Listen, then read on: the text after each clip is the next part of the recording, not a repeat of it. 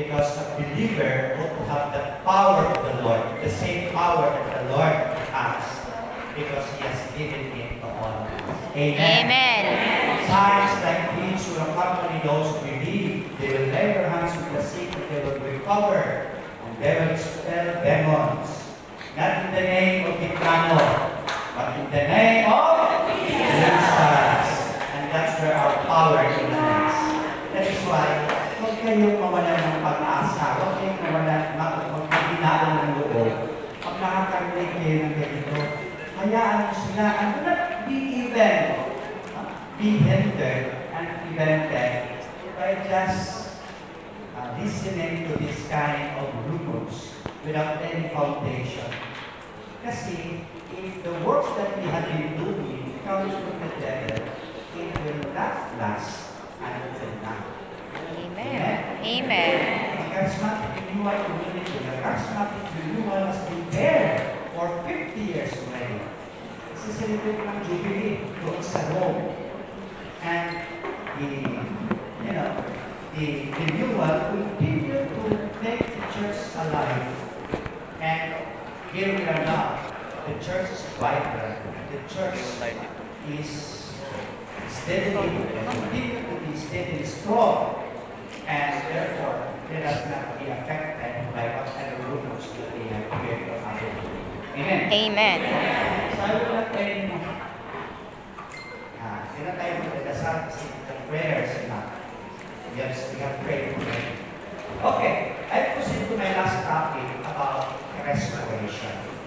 Okay? So, the effect of sin humanity, I already mentioned, was really very disastrous. It leads to the disorder. The effect of sin brought about disorder, not only to the lives of people, but also to the world. Disorder that leads to terror, to violence, and hostility. And this is the result of man losing control, not only to himself, but also to the world that God has entrusted him and us.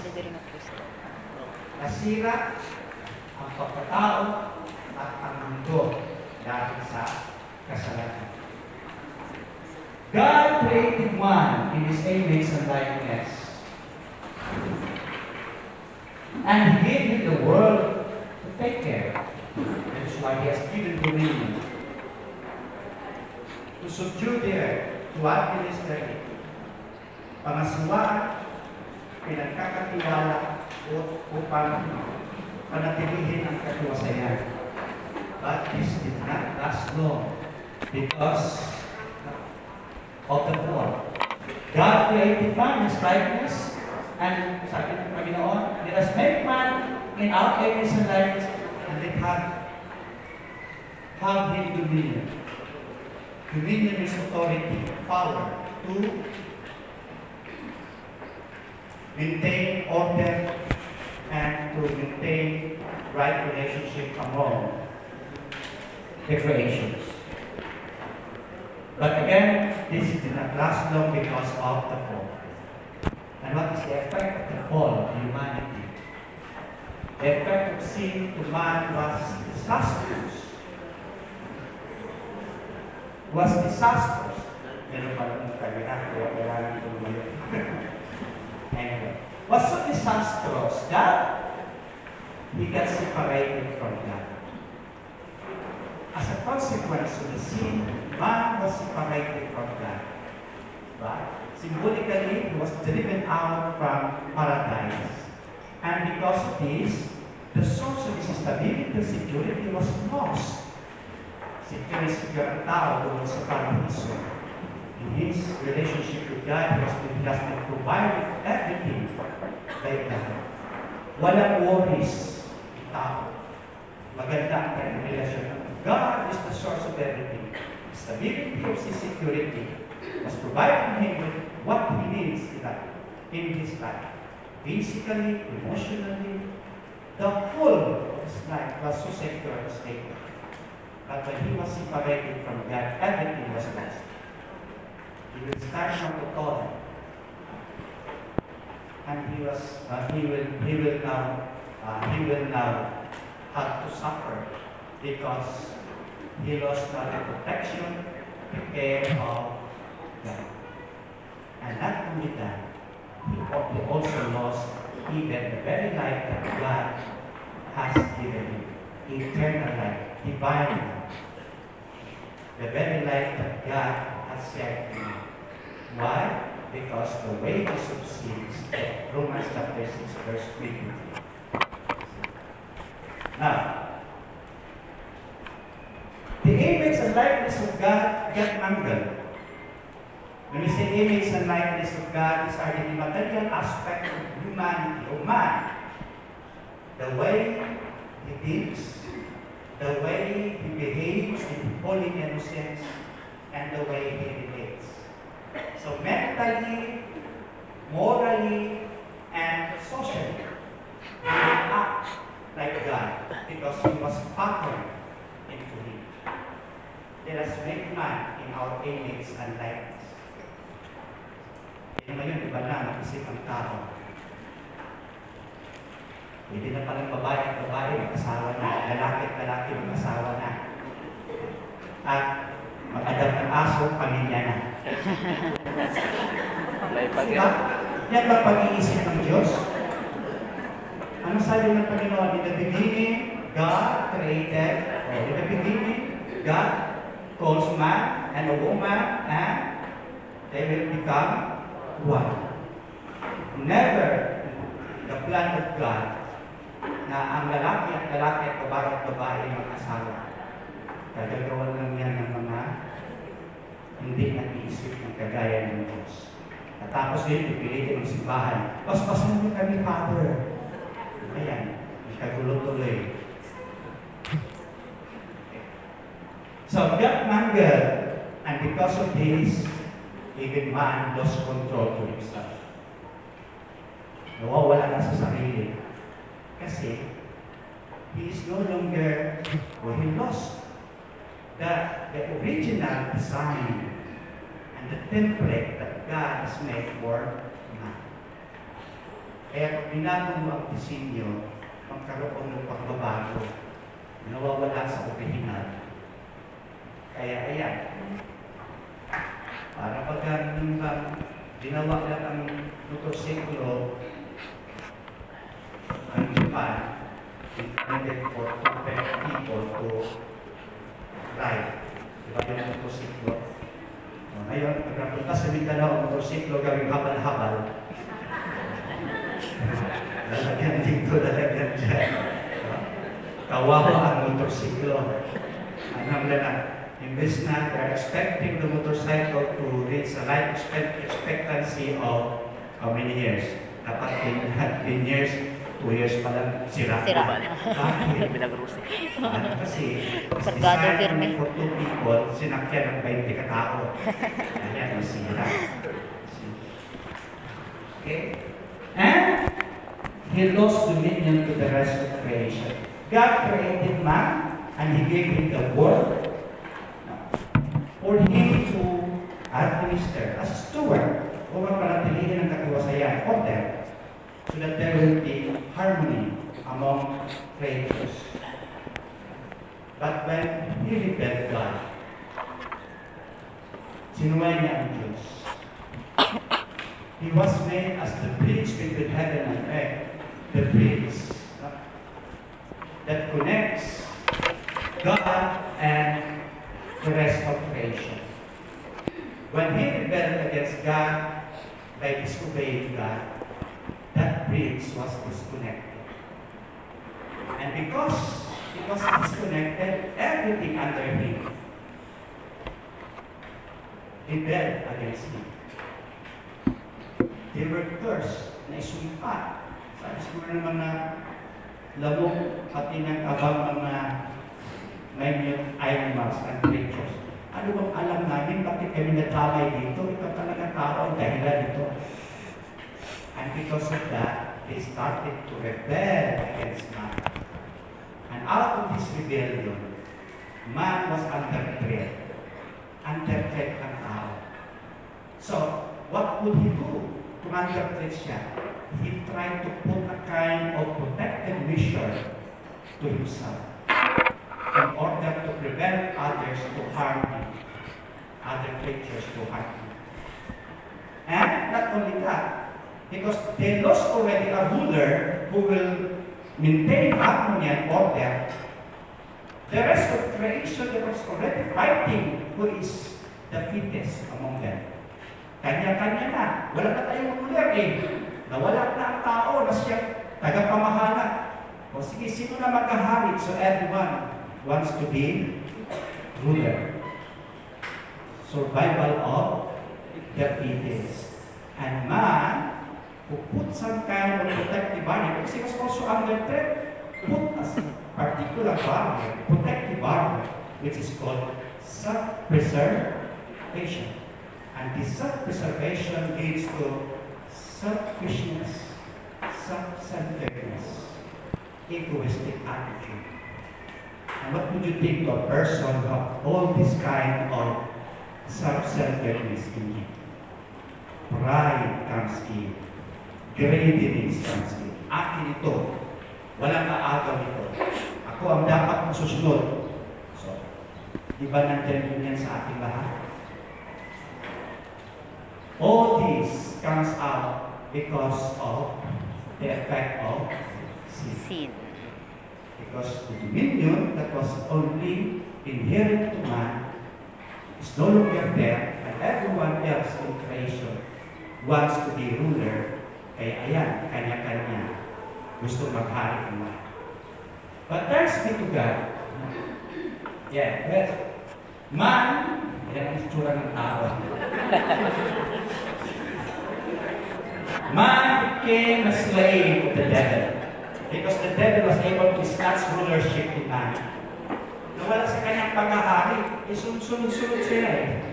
Sunod-sunuran siya sa pag-uudyog ng demonyo. Kaya yan, sa kanyang pagsusunod, naging alipin siya ng demonyo. He became a subject of the devil. That is why, if you remember in the last temptation of Jesus, the last temptation, the devil showed the Lord the kingdom of the earth. And he said, if you bow down before me, you kneel down before me, I will give you all this kingdom which was given to me. Hindi naman binigay sa kanya, naagaw lang niya. Pero inalok niya kay Kristo. Of course, you know the rest of the story. Jesus did not give into the snare of the devil.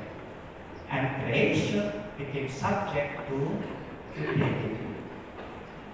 Nandiyan, naging magulo ang the rest of creation. But thanks be to God, because God's love prevailed. God rescued man through the passion, death, and resurrection of Christ. Ayaw kasi ng Panginoon na masira ang tao at ang mundo na binigay sa Kanya. Kasi likha ng Panginoon yun. And we are so valuable in God that He doesn't want to lose anyone. That's why we have the parable of the son yesterday, the prodigal son, the parable of the lost sheep. The Lord left the 99 and looked for the stray sheep. Bakit? Sabi ng Panginoon, akin ka, ayaw kong mawala. The parable of the coins also explains this. When God created creation, He created it by the power of His word. Let there be light, let there be fish, animals, and the rest of creation by the power of His word. But when He created man, what did God do? He took a soil, molded it, and bred it with His own breath. Special ka. Kaya sabi ng Panginoon, akin ka at ayaw kong mawala ka. Kaya kahit gaano pa ang kasalanan natin, hindi, walang kasalanan masigit pa sa pag-ibig, pagpatawad sa pagkalingan ng Panginoon Diyos. We are God's, and God wants us to be with Him. So what did Jesus do to save us? He became like us in everything. Naging tao siya sa lahat. Katulad natin. God is a spirit. He became like us in everything. Why? Because this is to satisfy God's justice. Tao ng kasalanan, tao dapat ang bayad ng kasalanan. Alam mo naman ako ang nakapatay. Si Brother John ang ibibilang ko. Sino nakapatay? Siya ang magbabayad ng kasalanan. Tao ang nagkasala, tao dapat ang magbayad ng kasalanan. But the problem is, no one from among man can satisfy and pay for his sins because the nature of man is limited. Cannot satisfy the dignity of God. The gravity of the offense is measured by the dignity of the person offended. Ito itong matotoo ba yan sa batas? Tama ba? That's true. Kaya tingnan mo, pag sinampal mo sa ordinaryo yung magwawali sa daan, pwede siguro multahan ka 500, bibilang ko ka araw. Pero sampalin mo si Digong. Ihagpipin ka magkakalagyan. Eh bakit pala? Pareho lang naman sampal. Oo nga, pareho lang sampal, pero sinampal mo mas mataas na dignidad. Meron tayong lawyer dito, sabi ni Kasi, yes, Father, totoo. Man can satisfy God to offer just a simple sacrifice of man. Because the nature of the sacrifice is limited. Cannot satisfy the dignity of God, which is infinite. Kaya nalalagay talaga ang tao sa pagkakasadlak at walang hanggang kaparusahan ng kamatayan as a consequence of his sin. But God so loved us that He gave His Son. Spirit became man. That explains the participation of Mary with grace to protect His Son from His day of sin. So, Mary gave the flesh and blood to Jesus. So, He took upon Himself the nature of man, the fallen nature. At ang sinuot ni Kristo, hindi lang yung sinuot niya ng mga gwapo. Mawala ng kayo sa gwapo naman, hindi mo kayo gwapo. Kasama lahat, pangit ka man, maitim ka man, pulubig ka man, mayaman ka man, kasama ka sa isinuot ni Jesus. Yung humanity na yun para siya magiging tao. Hinugasan niya ng kanyang dugo habang siya nakabalubay sa krus. At isinama niya sa kanyang libingan nung siya'y namatay upang sa kanyang muling pagkabuhay, bagong buhay ang dulot niya para sa kanya. Kaya lang, si Jesus lang naman nabuhay. Hindi ka naman kasama doon. Jesus na set us free. Yung sinasabi ko, He opens the gates of, or the door of the prison cell and let you set you free. But it's up for you to make a first step, a step outside the cell in order to embrace that new environment, new beginnings. See? So man is set free. Malaya ka na. He defeated the devil already. Yung sinuot ng katauhan ng kasalanan ng alipin ng demonyo, yun ang katapusan ng kapangyarihan ng demonyo sa tao. You are already set free. We are already set free. Huwag ka na magpapaalipin sa Kanya. Pero kung magpapaalipin ka pa ng kapatid, ay hindi ka pa free. You are not still liberated. Example, oy, may prayer meeting tayo mamaya, may side meeting tayo mamaya. Kayo na lang. Nanaig na naman ang demonyo sa pang-aalipin sa inyo. Medyo masakit ang aking ulo. Diba? Totoo hindi? Totoo. Ay, siguro kasama ka diba? Maraming dahilan, diba? Pero alam mo, pag merong ginagawa natin, inoon natin si Lord, yung pagkakataon na inuna mo si Lord, yun ang blessing. Because in God, the sickness will be gone, or will be healed, and you will be able to experience the presence of the Lord there. Halimbawa, kanina, nagpe-praising tayo. Kaya tutun lang kayo sa mga bahay ninyo. Maranasan ba ninyo ang blessing na yun? Hindi. Kakaiba yung maranasan natin ng Panginoon in that particular occasion, which you cannot when you were in your home, respective home. Gumastos ka na, masahe ka na, Pero, kung para sa Panginoon, you give everything after all. Everything that we have comes from the Lord. Amen. Amen. Amen. Okay. So, for God so loved the world that He gave His only Son, His begotten Son, John 3:16, and it was to destroy the devil's work that the Son of God has revealed Himself. Kaya natalo na ang demonyo. We are no longer subject of the devil unless you want to be subjected by his power. You are already redeemed by the blood of the Lord and you are set free so that you will be given a new beginnings and an opportunity to reclaim your dignity as sons and daughters of God. So, man is set free at last. You are given new beginnings and new opportunities in order to make your life whole again. To reclaim that wholeness that was once given to man prior to sin. Mabuo natin ang ating pagkatao. Nabasag dahil sa kasalanan ngayon, binibigyan ng pagkakatao mabuo muli. But again, ang pagkabuo na yan ay depende sa atin. This is what we call wholeness and holiness is attained to restoration. That is the topic that we are going to discuss today. Discuss topic. See? Maganda mo, niligtas ng tao, bigyan ng bagong pagkakataon upang manumbalik ang kanyang pagkabuo. Holiness is wholeness. But this wholeness can be attained only if we are fully restored.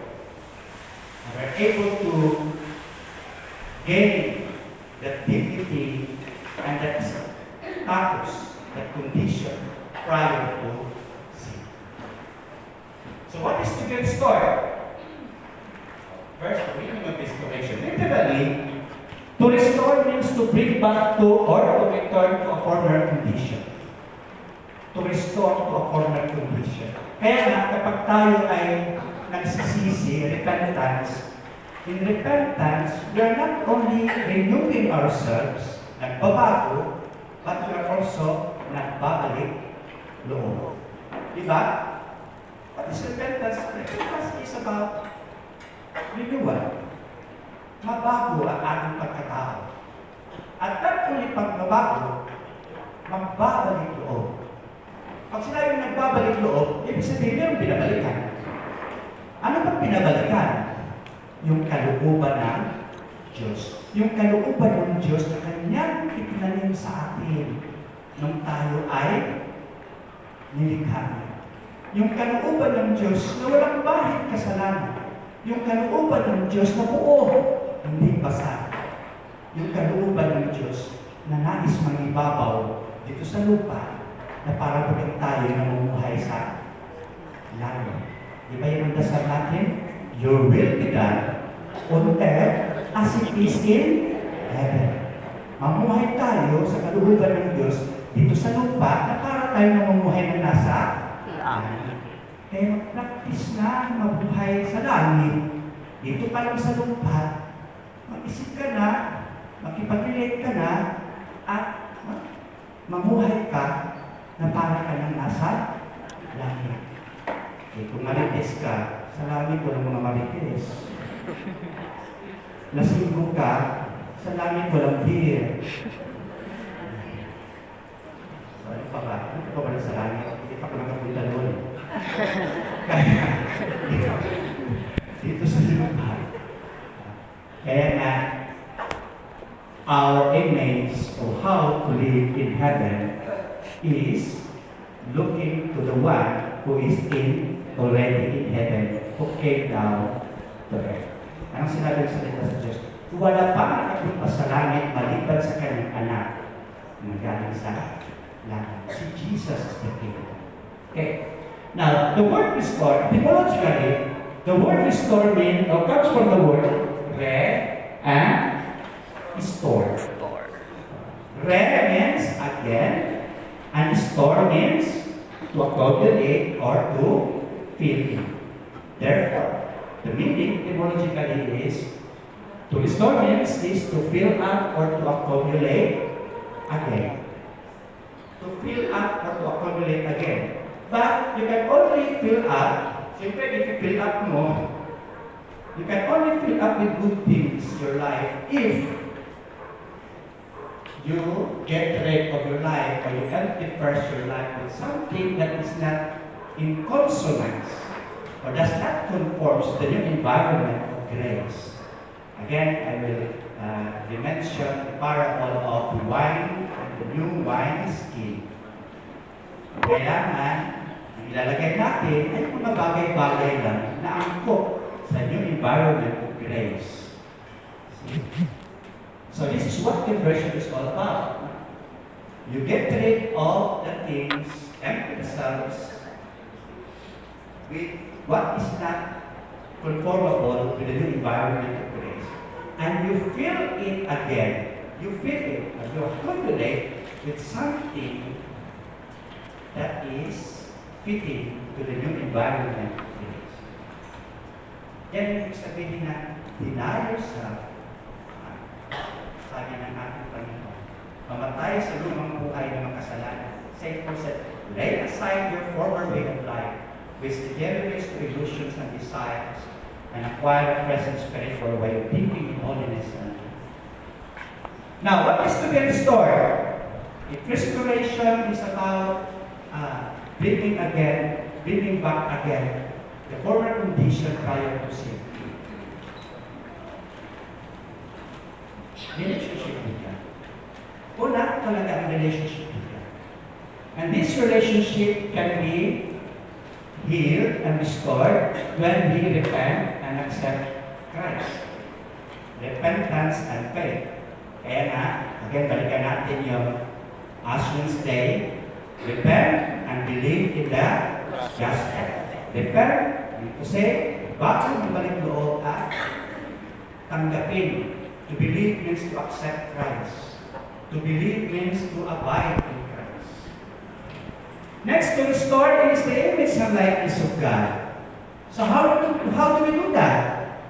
We do that when we live like Christ in words, in thoughts, and in deeds. Kasi si Christ ang susi eh. The image and likeness of God is in Christ.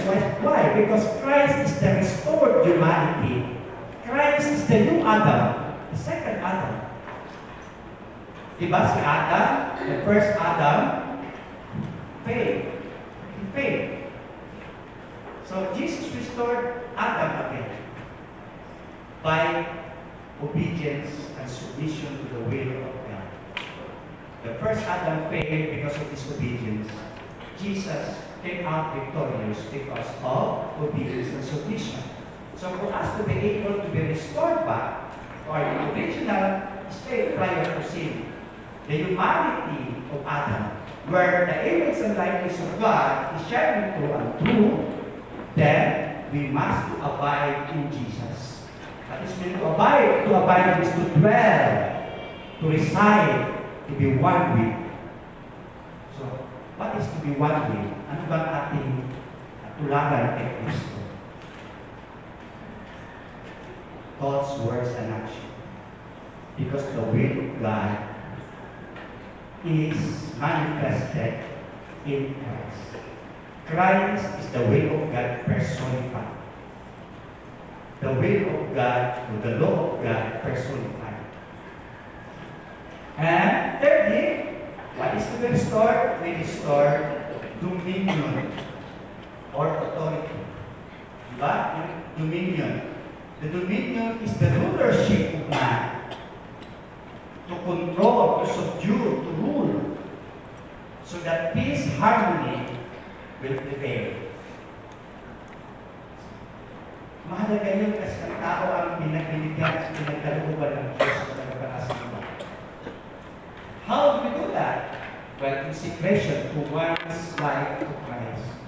Father Polinar always, during the time of Father Polinar, he always makes St. Francis as the model of a restored person. Diba?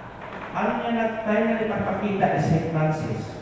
Because the rest of creation recognizes and acknowledge Him as someone who can be trusted.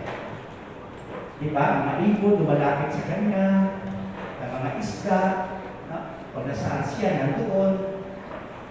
Pag pumupunta siya doon sa gubat, hindi siya sinasaktan ng mga mababangis na hayop. Kaya tanong mo sa sarili kung pag kinakahod ka pa ng hayop ng aso, hindi kong kakaristo ang dulo niya. Baka kinakain ka ng aso. Pag kinakagat ka ng sugo, hindi pa na-restore ang iyong dominion. Ako kahapon, kinagat pa ko ng naman. Siguro na-restore na. Kaya nga, siguro yung mga tao hindi agad-agad magkakasakit, yung mga tao hindi natatakot, kasi they are very confident. They are confident that they are secure and stable because God, they share in their authority and dominion of Christ as the restored humanity. Kaya kapag meron kang kumpiyansa na ganyan, kaya pababayaan ng Panginoon. Why? Because you are conscious and aware that wherever you go, you have Christ in you. Christ is with you. Consecration. Kaya yung masantos mga banal. Masanto at mga banal. Restore humanity. Pag nailibig na, 5 years na, 10 years na, hindi pa rin sila nabubulog. Kaya ka, 3 araw pa, bulog na. Pinagpipis na ang mga bulog na. Anong sabi niya pa sa Edwin? Spiritual formalin? Formalin. Kaya ka spiritual formalin para hindi tayo mabulog. Saan ba nabibili yun? Oh, you cannot buy that. You can have it, but you cannot buy it. Who can give you that? Christ. That is why we have to abide. To be consecrated means to dedicate our lives in Christ, to Christ, so that we can think like Him, we can behave like Him, we can relate like Him. See? We will be conscious and aware of His presence wherever we go. We are safe in Him and with Him. So, restore relationship, aims and likeness and dominion. Restoration is God's plan. Plan niya ng Diyos. But without the cooperation of man, we cannot attain that restoration. Not possible without you. Without you. He cannot restore humanity and restore the rest of creation without our participation. Why is it so? Okay. First of all, because He is the steward of creation prior to sin. Siya ang tagapamahala at tagapangasiwa. His restoration to His proper place is important because everything will be put back in order under His care. Siya ang tagapamahala. Kaya unahin mo na ang tagapamahala na maibalik sa kanyang kinalalagyan. Second, because He is the bridge between God and the rest of creation. Therefore, He has to establish His authority back again over them as respectable steward of God. Kaya, Jesus is the restored humanity. He is now the ruler. He is now the new Adam, who will bridge heaven and earth, who will connect God and the rest of creation. O sabihin nyo, wala na pala ang papel dyan, Father. Wala na pala ang papel dyan. Diyan na si Jesus.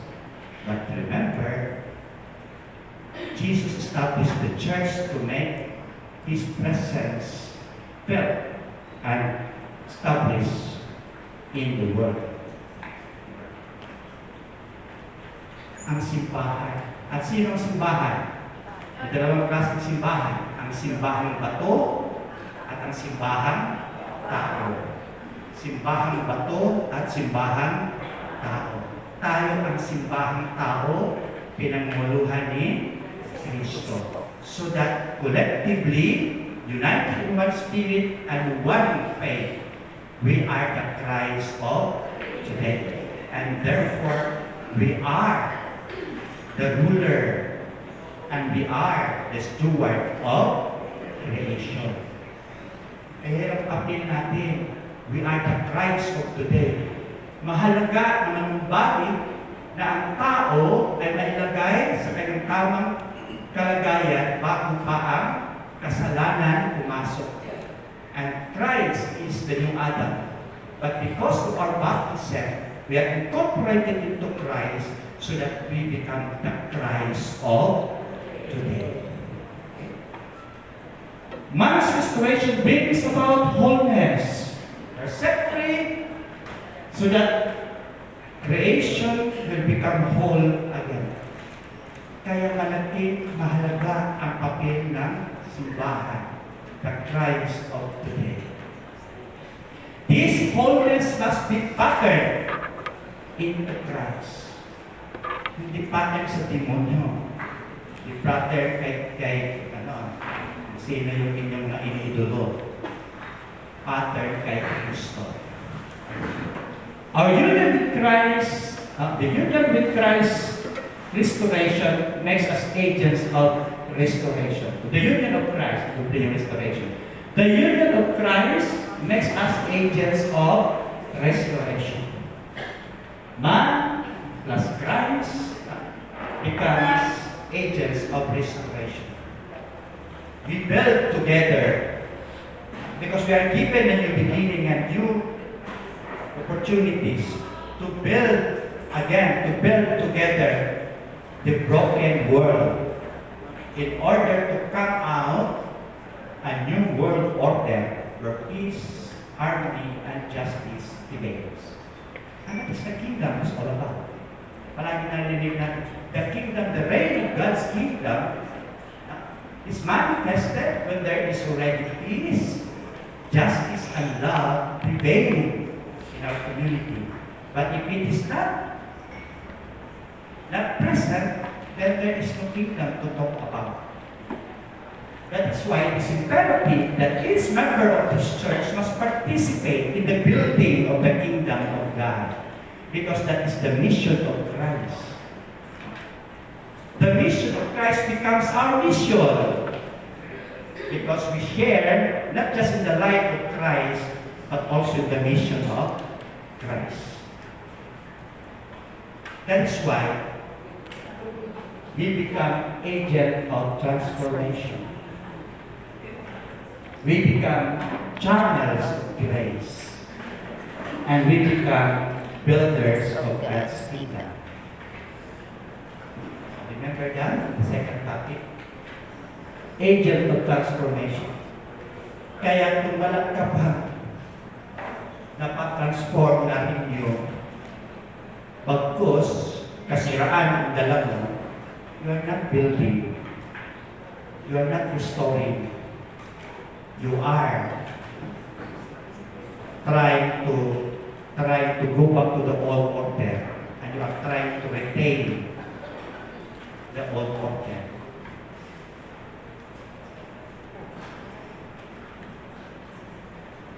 If you are not helping, sabi ko kahapon, dahil nagbibigay ng tithes,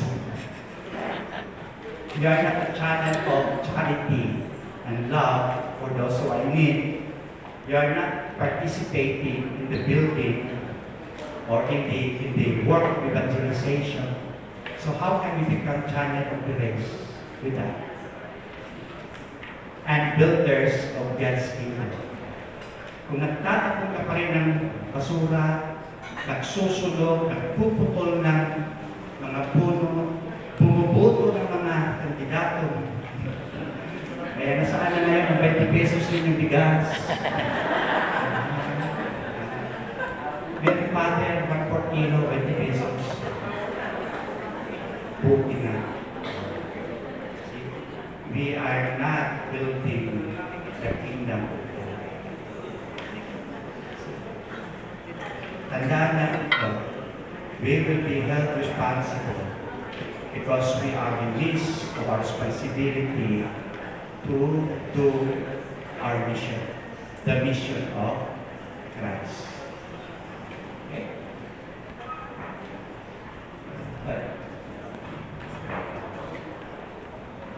It is living according to the will of God here on earth as it is in heaven that we can attain wholeness again.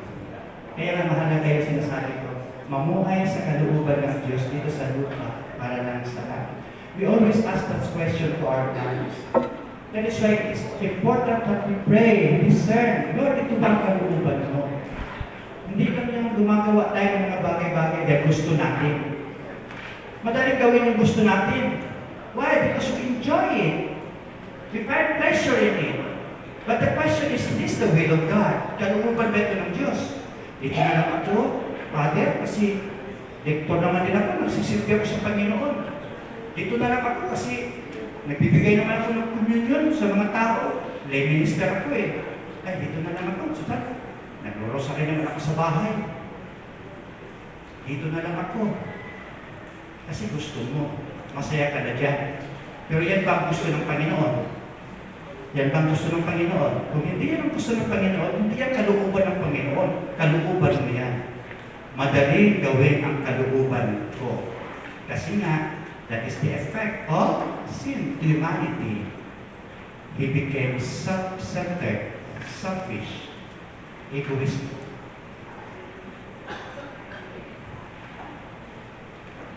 Sorry. Balik na naman tayo dito. Yeah. Yes. Look at this. We are set free and we are given a new beginnings. And we are given that new life so that we can fit in and conform to a new